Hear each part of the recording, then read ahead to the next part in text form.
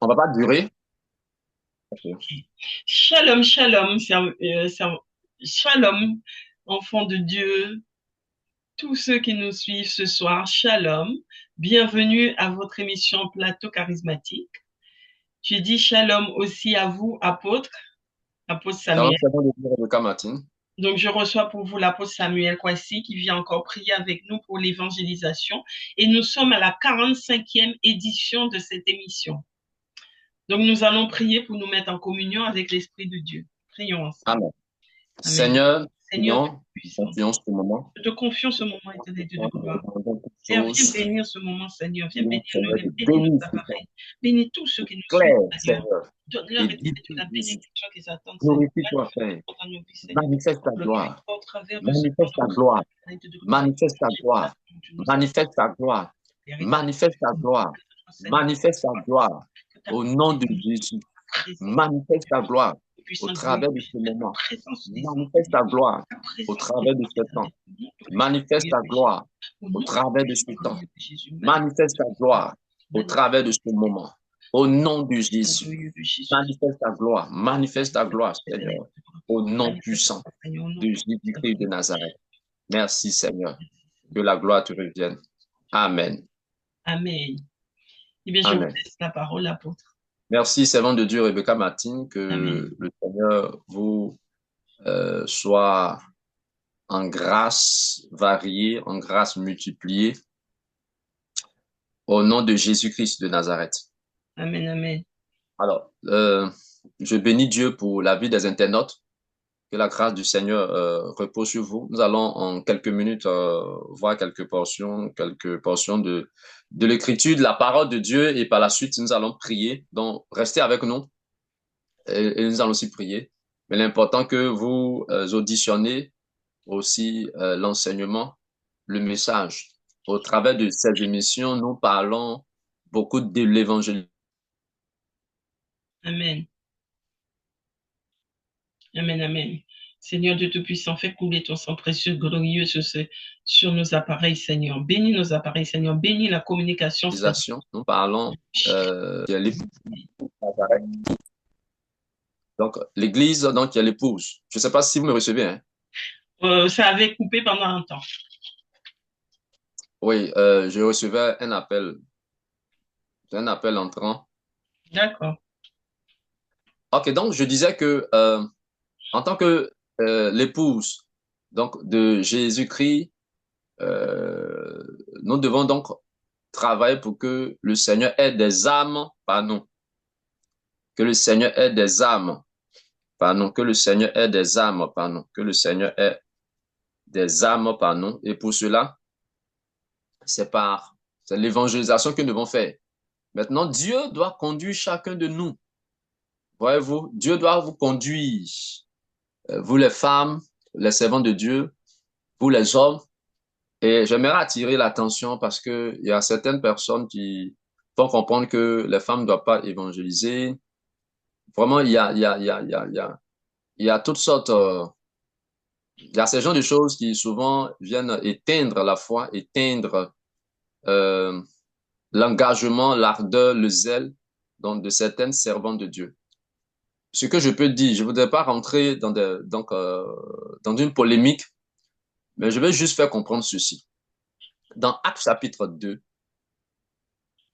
le verset 18, Joël chapitre 2, le verset 29. Alors il est dit, donc le Seigneur a parlé par le prophète Joël en disant, oui, sur mes serviteurs et sur mes servantes, je répandrai de mon esprit. En ce jour-là, ils prophétiseront. Donc, ce passage fait comprendre que les femmes en Jésus-Christ sont des servantes. Les hommes sont des serviteurs de Dieu. Maintenant, ce que chacun doit faire, c'est Dieu, tu dois lui dire. Je ne vais pas travailler avec la lettre. La parole de Dieu dit que la lettre tue, mais c'est l'esprit qui vivifie. C'est Amen. pourquoi la parole de Dieu dit qu'il va envoyer le Saint-Esprit. Et puis par le Saint-Esprit, les serviteurs et les servantes de Dieu vont avoir des songes. Il va donner donc des visions. Il va donner des prophéties pour conduire chacun. Les servantes de Dieu, donc ces servantes et ses serviteurs, donc les hommes et les femmes. Donc, les femmes ont quelque chose à faire. Et ce que vous devez faire, je parle de la marche par le Saint-Esprit. Donc, c'est le Saint-Esprit qui doit vous dire à chacun. Donc, ça va venir par les songes. Ça va venir par des visions, des prophéties. C'est-à-dire que ces choses seront inspirées, ces révélations seront inspirées, poussées par le Saint-Esprit, les songes envoyés par le Saint-Esprit, les visions envoyées par le Saint-Esprit, les prophéties par le Saint-Esprit. Donc, à travers les prophéties, à travers les songes, à travers les visions, Dieu vous dira à vous, serviteurs, à vous, servants de Dieu, ce que vous devez faire. Votre, votre rôle, votre fonction, c'est-à-dire dans le corps du Christ. Nous sommes les membres du corps du Christ et chaque membre a sa fonction. Donc, ne rentrez pas dans les polémiques, femme doit faire... Non, non. Recherchez ce que le Saint-Esprit vous dit que vous pratiquez. Si vous avez compris ça, faites-le. Peu importe ce que donc, les autres vont dire. Soyez focalisés sur ce que le Saint-Esprit vous dira. Soyez focalisés sur ce que le Saint-Esprit donc dira. Souvent, vous voyez, il y a des gens il y a des personnes qui n'ont pas vécu, en fait, qui ne vivent pas des expériences et souvent, ils peuvent prendre des choses dans la parole de Dieu, la lettre, est-ce que vous voyez? La lettre, et puis ils donnent des explications, en fait, qui ne sont pas justes. Je fais une parenthèse, mais qui va aider quand même à comprendre cet enseignement. C'est une expérience que j'ai vécue en 2017. Écoutez-moi très bien. En 2017, je parle un peu parce qu'il y a des gens qui prêchent pour dire qu'on ne doit pas parler en langue. Donc, il y a des gens qui prêchent et disent donc on ne doit pas parler en langue. Et dans le cas où on doit parler en langue, parce que les apôtres ont parlé en des langues qu'on pouvait comprendre. Donc, si nous, on parle en langue, mais c'est quelle langue? Si on ne comprend pas ces langues, en quoi est-ce que c'est parler en langue? Effectivement, effectivement, dans la parole de Dieu, quand on lit dans Actes chapitre 2, que donc les apôtres, le jour de la Pentecôte, là, qui ont reçu le Saint-Esprit, ils ont parlé en langue, c'était donc on les entendait parler dans des langues martennelles. Dans des langues martennelles. Ça voudrait dire que ceux qui étaient là, qui étaient leur langue, ceux qui étaient là, et les langues qui étaient parlées, la langue qui était parlée, en fait, de façon maternelle, ceux qui étaient là pouvaient donc comprendre, entendre. Donc, pour ceux-ci, si on parle en langue que ce ne sont pas des langues qu'on peut interpréter, c'est que ça ne vient pas de Dieu. Amen. Amen. Alors, dans un songe, la parole de Dieu, le Saint-Esprit vient, il donne des songes. Joël chapitre 2, verset 28. Dans les derniers temps, je répondrai de mon esprit sur toute chair.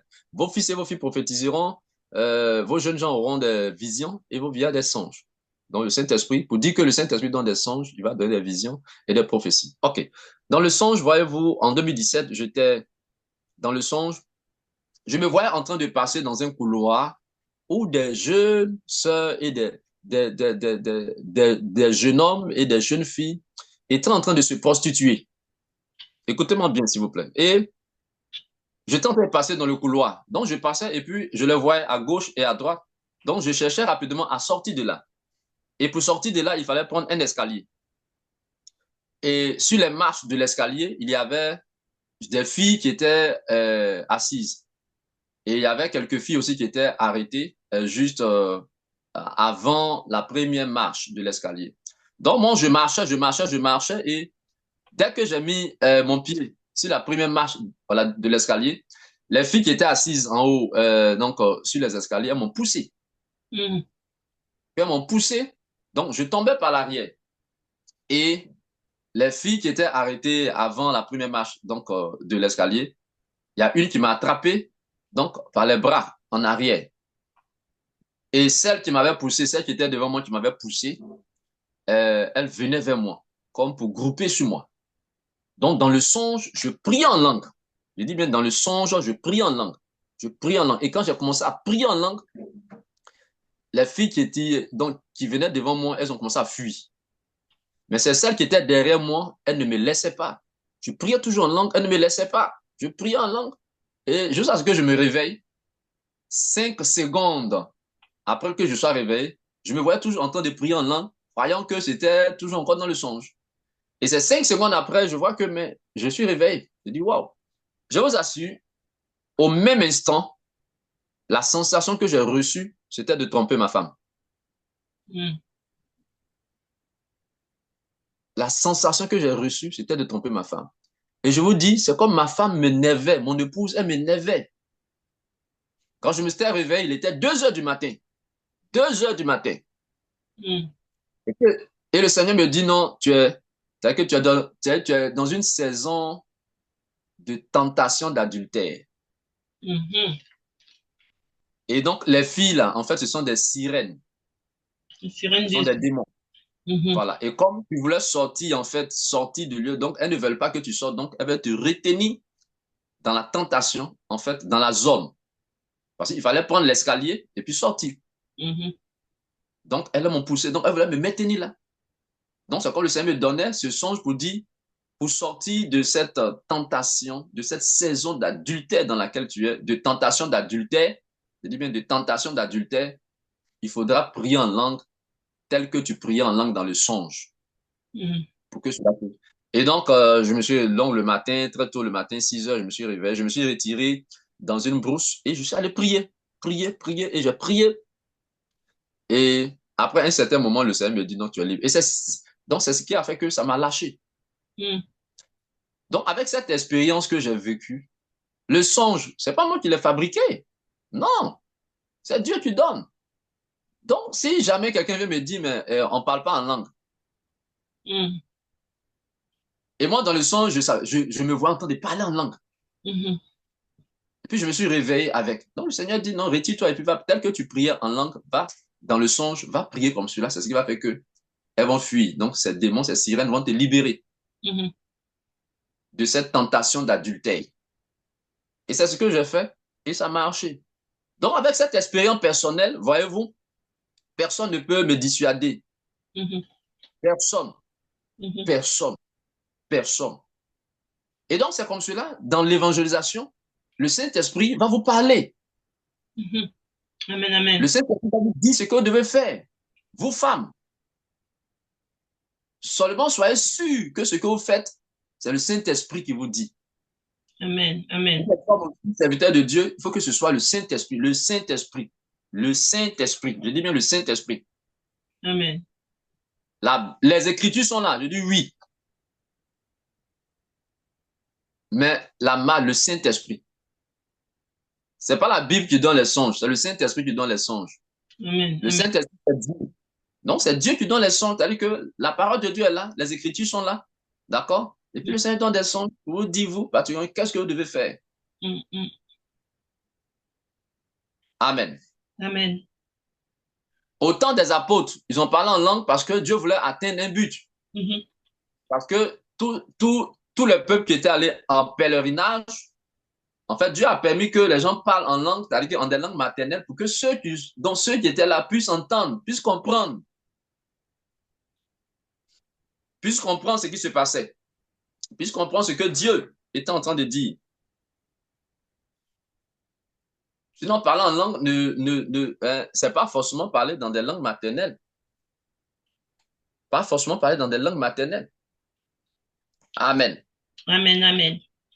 Dieu peut le faire. Je me souviens, un homme de Dieu rendait un témoignage sur une émission. Ils sont allés évangéliser dans un village. Et ils avaient 3 jours dans 3 jours d'évangélisation. Ils ont évangélisé le premier jour, le deuxième jour. Il n'y avait vraiment pas d'impact. Ils ont prié, prié, Seigneur, glorifie-toi. Et le troisième jour, qu'est-ce qui va se passer? Le Saint-Esprit va se manifester dans la vie d'une sœur. Et la sœur va commencer à parler dans la langue du village. Et quand elle a commencé à parler dans la langue du village, alors qu'elle n'avait pas appris cette langue, elle n'avait jamais parlé cette langue. Elle n'avait jamais parlé cette langue. Et le Saint-Esprit s'est manifesté en elle et elle a commencé à parler dans la langue. Et c'est comme cela que les gens ont commencé à venir, les gens autour ont commencé maintenant à prêter attention. Elle n'avait jamais parlé cette langue auparavant. Mhm. Donc, Dieu fait cela dans ce sens pour atteindre un but. Mais ça veut dire, non, ça veut pas dire que tout ce dont tu dois parler en langue, parler en langue doit être forcément des langues maternelles ou des langues connues. Pas forcément. Amen. Amen, amen. Alors, donc, je reviens à notre message, à notre passage, à notre message. Nous étions sur Actes chapitre 2, verset 18. Oui, sur mes serviteurs, sur mes servants, je répandrai de mon esprit en ce jour-là et ils prophétiseront. Ils prophétiseront. Donc, c'est le Saint-Esprit qui va agir en nous, donc il va nous conduire. Maintenant, quand on Amen. parle de œuvre de Dieu, il faut que ce soit le Seigneur qui nous parle. Voyons Mhm. un passage, Jean chapitre 10, Jean le chapitre 10, le verset 32. Le verset 32. Alors, Jean chapitre 10, verset 32. Alors, attendez. Je lis la parole de Dieu. Jésus leur Allez-y. dit, je vous ai fait voir beaucoup de belles œuvres qui viennent de mon Père, à cause de laquelle me lapidez-vous. Amen. OK. Donc Jésus dit, je vous ai fait voir plusieurs bonnes œuvres venant du Père. Venant du Père. Les œuvres que je vous ai fait voir viennent du Père. Mm. Écoutez bien, il dit les œuvres que j'ai accomplies viennent du Père. Amen. Amen. On sait que c'est Jésus lui-même qui est le Père. Mm. Qu'est-ce que je voudrais tirer comme enseignement là? C'est-à-dire que ce que nous devons faire doit venir du Père. Amen. Cela doit venir de Dieu. Amen. L'évangélisation doit venir de Dieu. Les œuvres d'évangélisation doivent venir de Dieu. C'est-à-dire, c'est Dieu qui doit vous dire, c'est Dieu qui doit vous révéler cela. Et voilà un exemple que nous avions plusieurs fois vu dans la parole donc, du Seigneur. Actes chapitre 8. Voyons d'abord Actes chapitre 16. Actes chapitre 16. L'apôtre Pierre qui avait reçu une vision. Nous avons dit quoi? Dieu va parler en songe et en vision Mhm. par le Saint-Esprit. Alors, voyons l'apôtre Pierre. Que dit l'apôtre Paul, autant pour moi. Actes chapitre 16, verset 9 au verset 10. Allez-y, servant de Dieu. Actes chapitre 16, verset 9 au verset 10. Alors, acte 16, verset 9 au verset 10.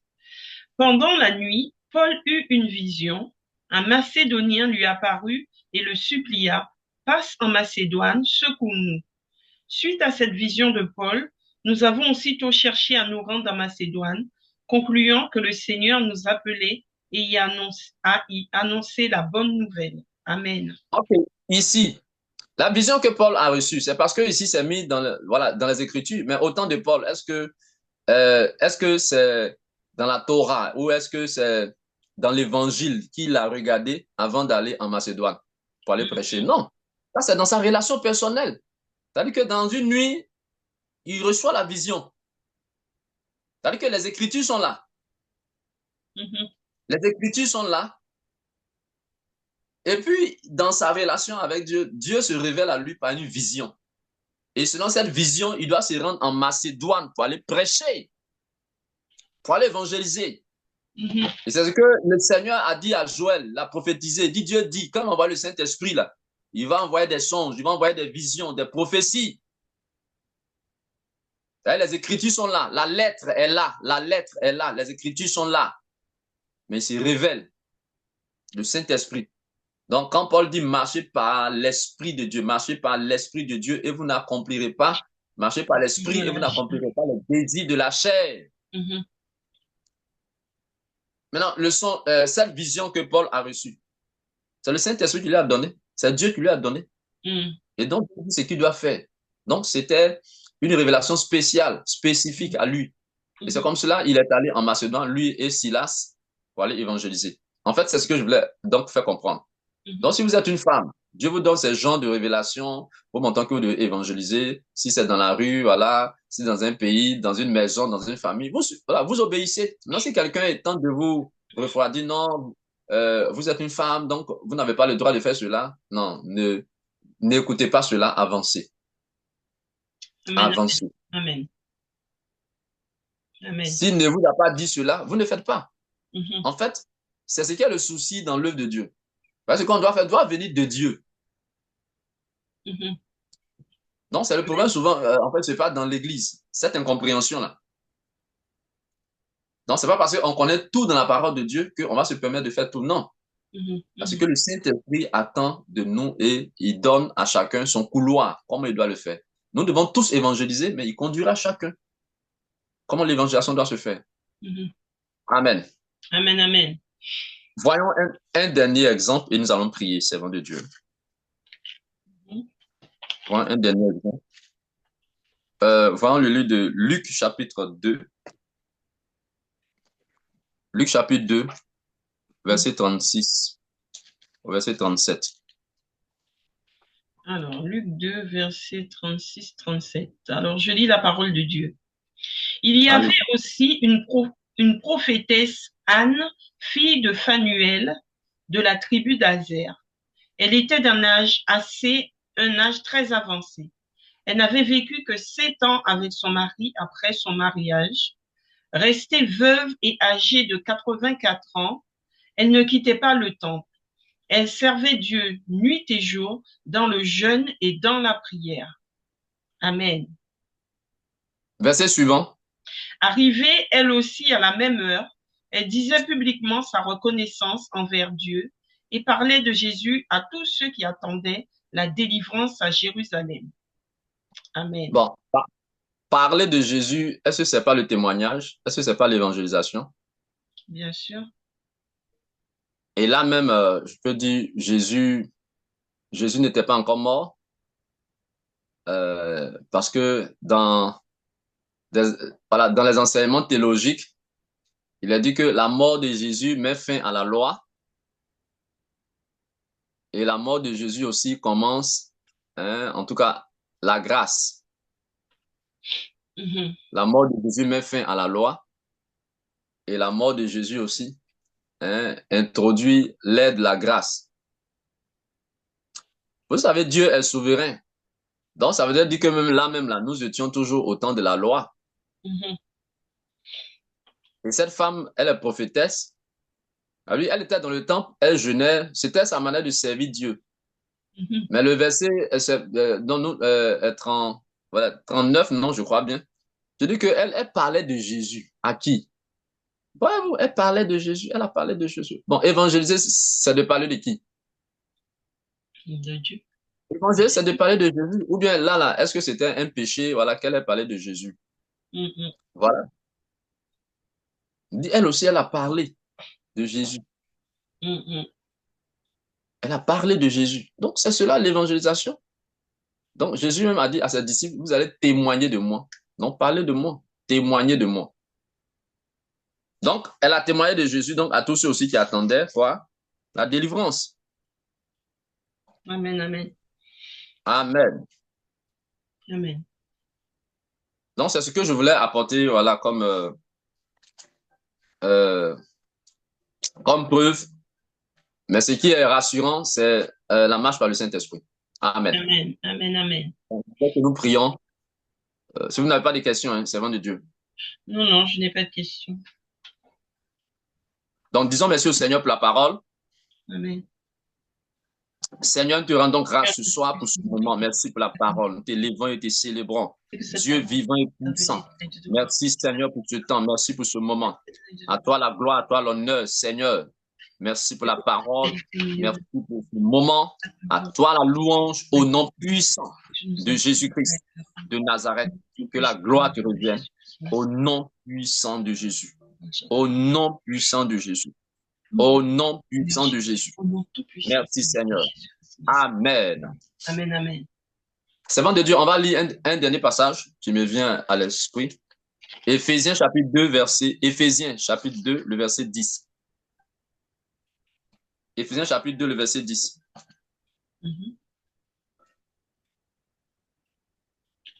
Alors, Éphésiens 2, verset 10.